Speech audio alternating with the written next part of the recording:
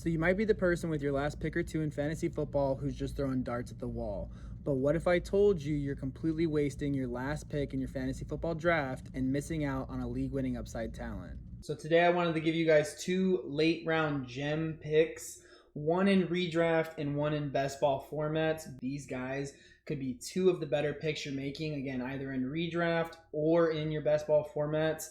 So without further ado, let's hop right into it. So the first person that I'm going to talk about is going to be Shaheed. Now, as far as Shaheed goes and his situation, I'm not a huge fan of drafting people that are going to be in potentially bottom 10 scoring offenses. I've talked about this in a multitude of my videos. I've made an entire video about it. I think it is important to try and target people who have the potential to be on top 10 offenses.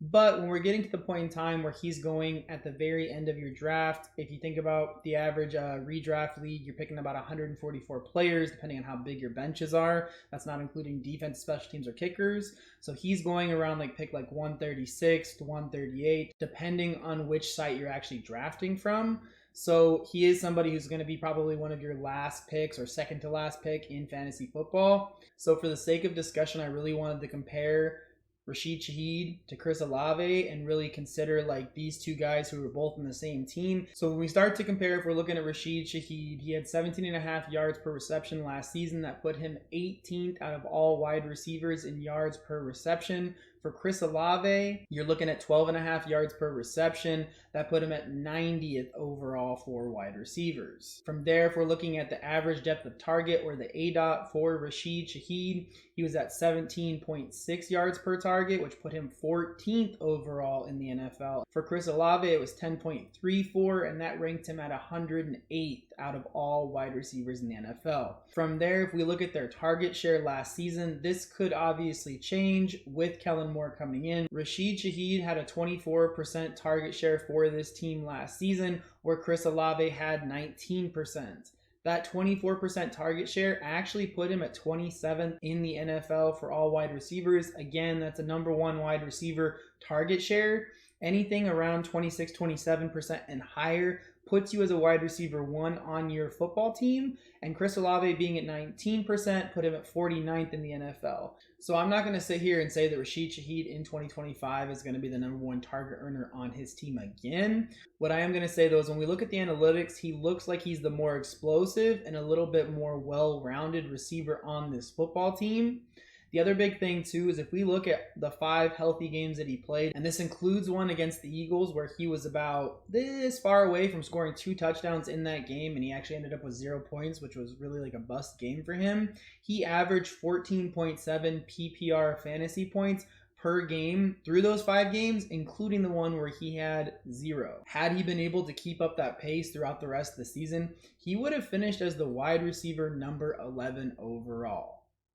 It's a pretty crazy high ranking. I'm not saying that he realistically would have finished at wide receiver number 11, but it's a pretty stark contrast to where he's actually going in fantasy football drafts this year, around wide receiver 51 or 52, 53. The other big thing going into 2025 is Kellen Moore really likes his slot receivers. He's the new head coach. He's the new play caller for this team. Now, I don't want to say that he's going to be like CeeDee Lamb or Keenan Allen, because I think that Keenan Allen that season in 2023, everyone on the team was injured, so he was pretty much the only guy catching passes. And I think CeeDee Lamb is a top 5 NFL wide receiver, and I don't think Shaheed really fits into that group of either one of those guys. But I don't think he's really that far of a stretch from Devonta Smith from the Eagles, who was also the slot receiver last year with Kellen Moore.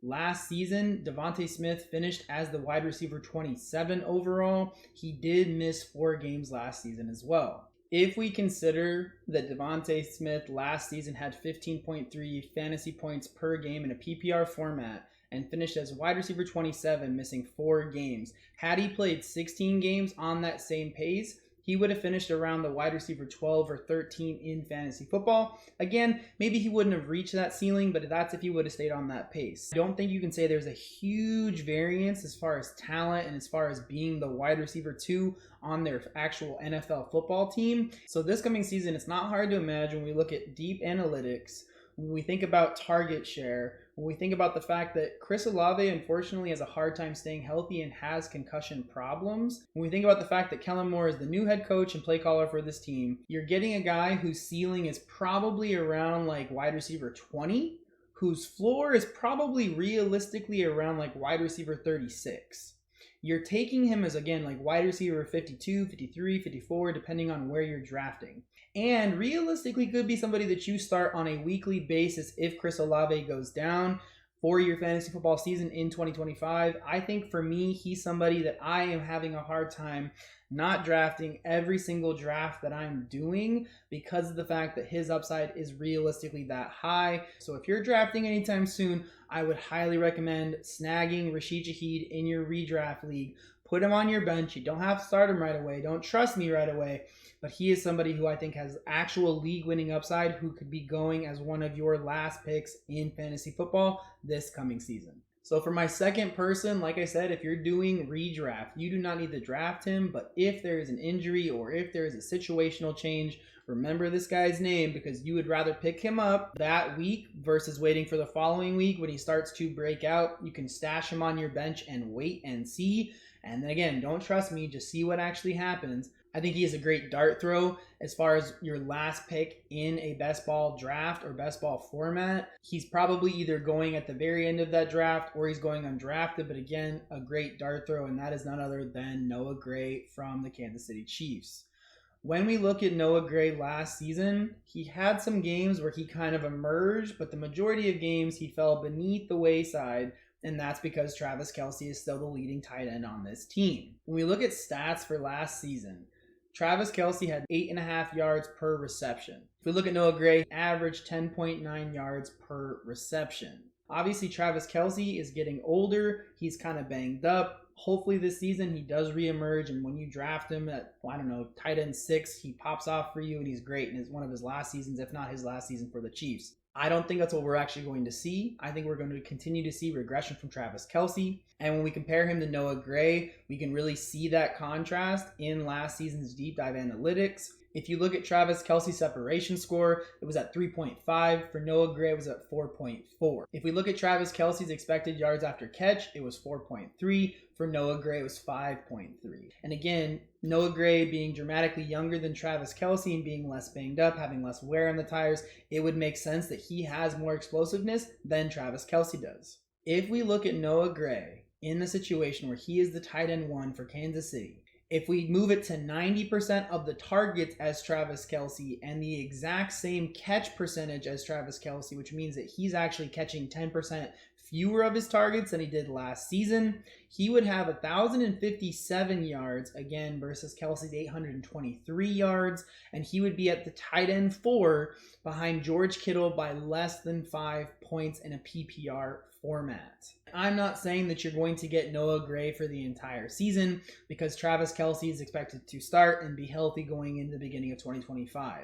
But if there is a potential reality where you have Travis Kelce getting kind of phased out because of him not being able to produce and not being as explosive as he was previously, if there's a reality where in season 10 or 11 for Travis Kelce, he has an injury where he misses 3 or 4 weeks or misses a huge chunk of the season, Noah Gray ends up being a league-winning upside tight end who you're not having to draft and redraft, and you're taking with your last pick in a best ball format. Noah Gray is somebody who in best ball formats is a great last pick dart throw to add to your team, and in redraft, like I mentioned earlier, if Travis Kelce goes down or we start to see Noah Gray's targets game over game start creeping up, he is a great person to stash on your bench, wait for that breakout game, and then plug and play him going into the following weeks. Those are my 2 guys who in a redraft and a best ball format have the potential to be one of the last picks or second to last picks that you make, depending on which one you're actually drafting in, who could end up winning your fantasy football league in 2025. Super late guys, love taking dart throws, but when you look at the data, look at the situations, and compare what the ceiling is and what the floor is, they are great picks for you to take at the end of your draft this coming year. Hopefully this video helps you get a little bit closer to winning your fantasy football championship in 2025. If you're wanting to watch other videos about late round guys, there should be 1 or 2 around here somewhere. I'll see you guys again real soon. No, hopefully you guys will see me again real soon. Until then, y'all have a blessed day. Bye.